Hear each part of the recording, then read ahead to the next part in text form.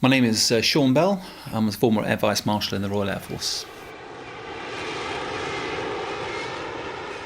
Although starting as a Harrier pilot, ended up in a whole variety of command tours and a load of operational tours, including Afghanistan, Bosnia and Iraq. On my last flying tour, I was in charge of the whole Harrier Force, so there were 3 frontline flying squadrons and I was called the Harrier Force Commander. Right, we're going to get off target, lost something now, there he is, just to the north of us, and down into low level, pushing down hard, down to the deck. My first experience flying the Harrier was fantastic experience, but also devastatingly destructive for me personally.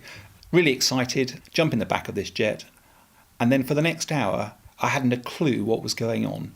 There were jets whizzing around everywhere. The weather was worse than I'd ever operated in before.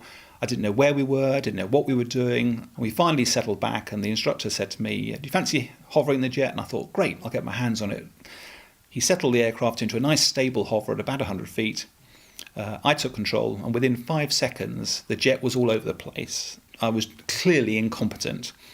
The instructor grabbed it, within a couple of seconds it was back stable again and he landed it. And I taxied in thinking that I was such a complete failure, having spent my life up to then believing that I was quite good at this. So then suddenly realised I was useless.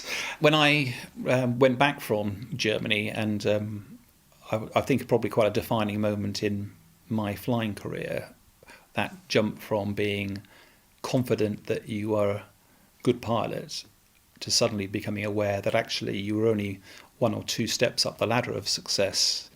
Suddenly my bearing, my confidence, my inner status was completely different. I'd had a dark cupboard opened and I didn't like what I found in there. I had so much more to learn.